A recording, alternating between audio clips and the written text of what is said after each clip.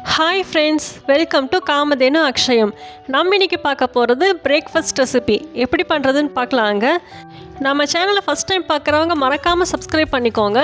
அப்படியே பெல் பட்டனை கிளிக் பண்ணிக்கோங்க. அப்போ தான் வீடியோ போட்டோன்னே நோட்டிஃபிகேஷன்ஸ் கரெக்டாக வந்துடும்.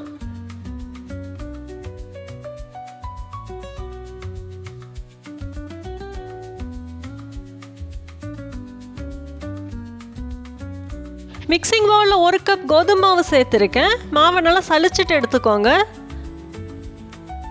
இது கூட 1 முட்டை சேர்த்துக்கலாம்.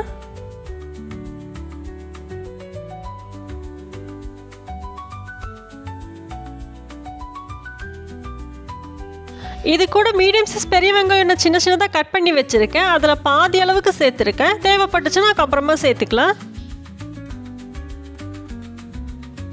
இது கூட பொடியாக நறுக்கின கருவேப்பிலை கொஞ்சம் சேர்த்துருக்கேன். இது கூட ஒரே ஒரு பச்சை மிளகாய் சின்ன சின்னதாக கட் பண்ணிவிட்டு சேர்த்துருக்கேன். இதுக்கு தேவையான அளவுக்கு உப்பு சேர்த்துக்கலாம்.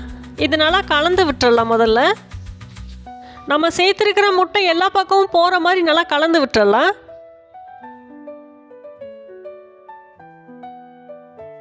நல்லா கலந்ததுக்கப்புறமா கொஞ்சம் கொஞ்சமாக தண்ணி சேர்த்து மாவை கரைச்சிக்கலாம்.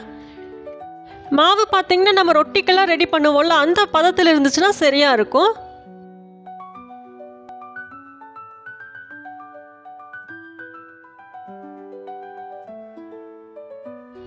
இப்போ இது கூட 1/4 டீஸ்பூன் அளவுக்கு சர்க்கரை சேர்த்துக்கலாம். இது சேர்க்கறதுனால நல்லா கலர் கொடுக்கும், அதுக்காக தான். இப்போ மாவை நல்லா கரைச்சாச்சு. இந்த பதம் பார்த்திங்கன்னா சரியாக இருக்கும். இந்த மாவை ஊற வைக்கணுங்கிறதெல்லாம் அவசியம் இல்லை, நம்ம இப்போவே சுட ஆரம்பிச்சிடலாம். நான் இதுக்கு சின்ன கடாய் எடுத்திருக்கேன். நம்ம ஆப்போலாம் சுடுவோம்ல, அந்த கடாய் இருந்துச்சுன்னா சரியாக இருக்கும். இதில் கொஞ்சமாக எண்ணெய் அப்ளை பண்ணிவிட்டு சூடு பண்ணிக்கலாம். எண்ணெயை நல்லா எல்லா பக்கமும் ஸ்ப்ரெட் பண்ணி விட்டுறலாம். அப்போ மாவு கடாயில் ஒட்டாது.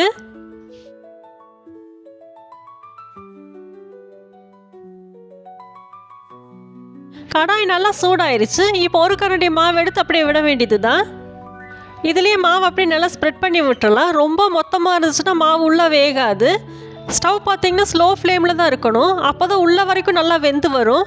இதை மூடி வைக்கணுங்கிறது அவசியம் இல்லை, ஆனால் ஸ்டவ் கண்டிப்பாக ஸ்லோ ஃப்ளேமில் தான் இருக்கணும். இப்போ திருப்பிடலாம். இந்த டிஷ் பார்த்திங்கன்னா நம்ம ரொட்டிக்கெல்லாம் ரெடி பண்ணுவோம்ல, அதே ப்ராசஸ் தான். நம்ம எக்ஸ்ட்ராவாக ஒரு முட்டை மட்டும் சேர்த்துருக்கோம். ஆனால் முட்டை சேர்த்து இது செய்யும் போது நல்லா வெரைட்டியாகவும் இருக்கும், நல்லா டேஸ்ட்டாகவும் இருக்கும்.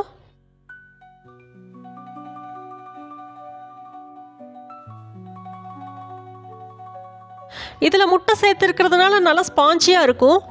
இப்போ 2 பக்கமும் நல்லா செவந்துருச்சு. போதும், எடுத்துடலாம்.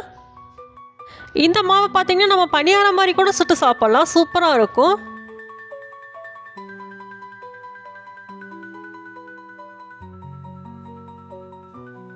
இதே மாதிரி இன்னொன்னையும் சுட்டு காமிக்கிறேன். நம்ம இதை சாதாரணமாக சுட்டு கொடுத்தோம்னா கோதுமை ரொட்டி வேண்டான்னு சொல்லிடுவாங்க. ஆனால் இது மாதிரி முட்டையை சேர்த்து செஞ்சு கொடுக்கும் போது அதோட ஃப்ளேவரும் சூப்பராக இருக்கும். வேண்டான்னு சொல்லவே மாட்டாங்க. கண்டிப்பாக செஞ்சு பாருங்கள்.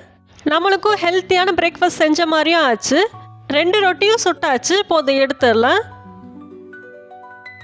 நம்ம கோதுமை எக் ரொட்டி சூப்பராக ரெடி ஆயிடுச்சு. நீங்களும் இதே மாதிரி செஞ்சு சாப்பிட்டு பாருங்கள். வீடியோ பிடிச்சிருந்தா லைக் பண்ணுங்கள். காமதேனு அக்ஷயத்துக்கு சப்ஸ்கிரைப் பண்ணுங்கள். தேங்க்ஸ் ஃபார் வாட்சிங்.